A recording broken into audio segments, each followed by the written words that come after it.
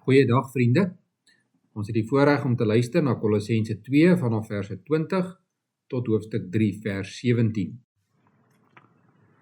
As julle saam met Christus die kosmiese elemente afgesterf het, waarom is julle, asof julle nog as deel van die wêreld leef, steeds gebonde aan voorskrifte soos, moenie daaraan vat of proe of raak nie.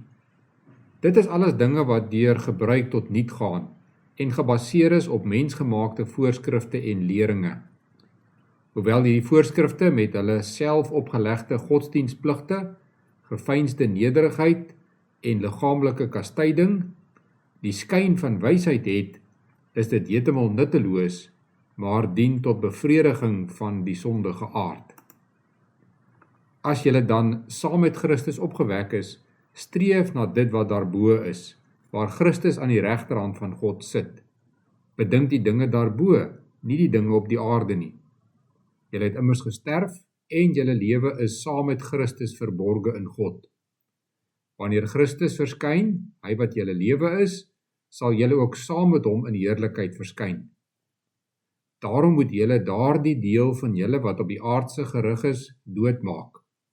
Onsedelikheid, onreinheid, welis en slegte begeertes, en ook gierigheid wat afgodediens is. As gevolg van sulke dinge kom die toorn van God oor die seuns van die ongehoorsaamheid. Ook julle het vroeër daaraan meegedoen, toe julle nog onder hulle geleef het.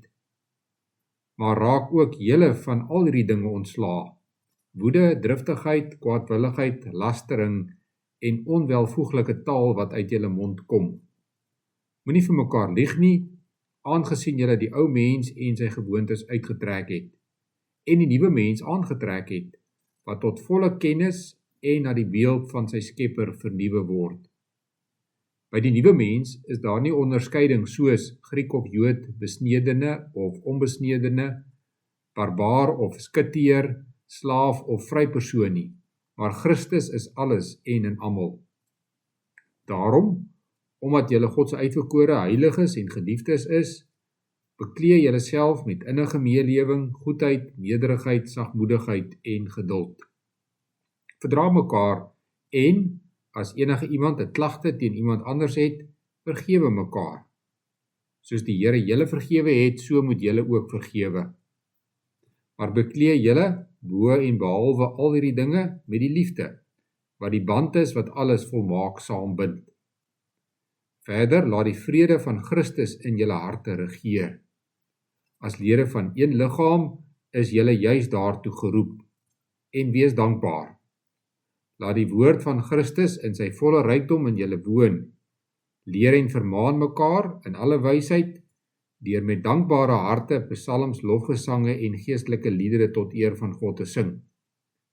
En wat julle ook al doen, in woord of daad, doen alles in die naam van die Here Jesus, terwyl julle God die Vader deur hom dank. Ons lees tot sover uit die woord van die Here.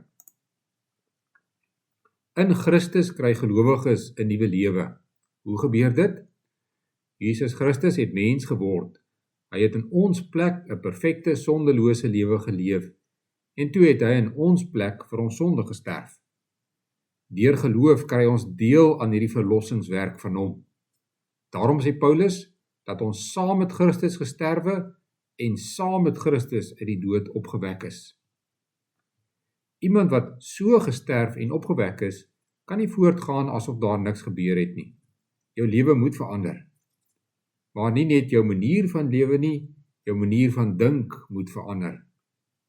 Dus kry gelowiges die opdrag, strewe na die dinge daarbo, en rig julle gedagtes op die dinge wat daarbo is. Wat is die dinge daarbo?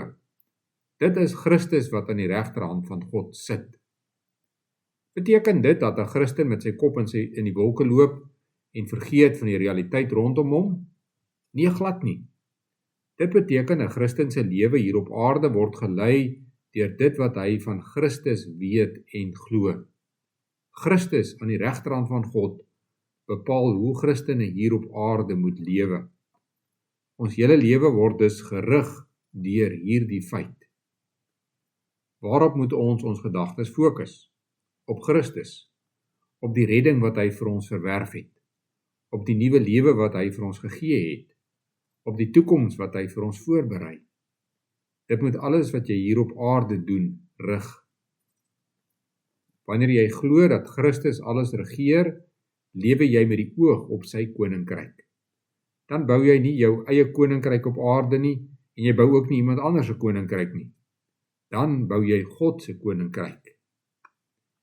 Daarom kan jy nie toelaat dat aardse dinge jou aandag aftrek nie. In hierdie gedeelte word dinge genoem soos onsedelikheid, gierigheid, woede, haat, gevloek. Met ander woorde, jou eie begeertes. Hierdie dinge mag nie jou aandag van Christus aflei nie.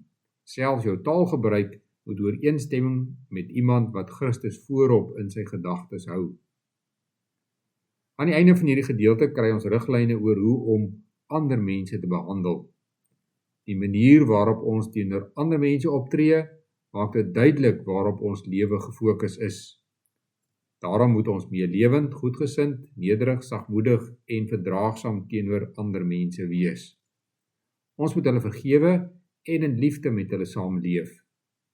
Dit geld in die eerste plek vir ons medegelowiges, want Christus het ons as 'n eenheid saamgebind. Hier is 'n voorbeeld van wat gebeur wanneer mense hulle gedagtes op Christus rig.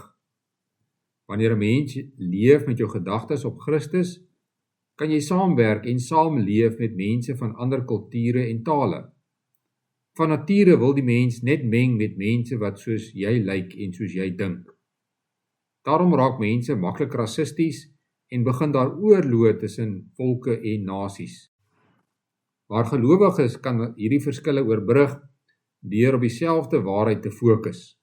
Gelowiges van verskillende tale, nasies en kulture kan saamwerk omdat hulle almal op Christus fokus.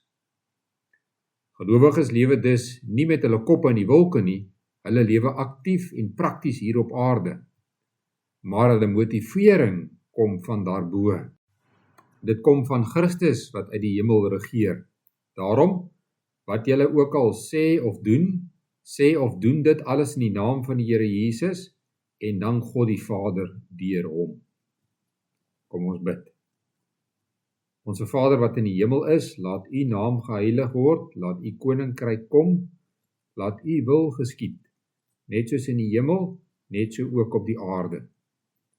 Gee ons vandag ons daaglikse brood en vergewe ons oortredinge, soos ons ook die vergewe wat teen ons oortree. En laat ons nie in versoeking kom nie, maar verlos ons van die bose. Want aan u behoort die koninkryk en die krag en die heerlikheid tot in ewigheid.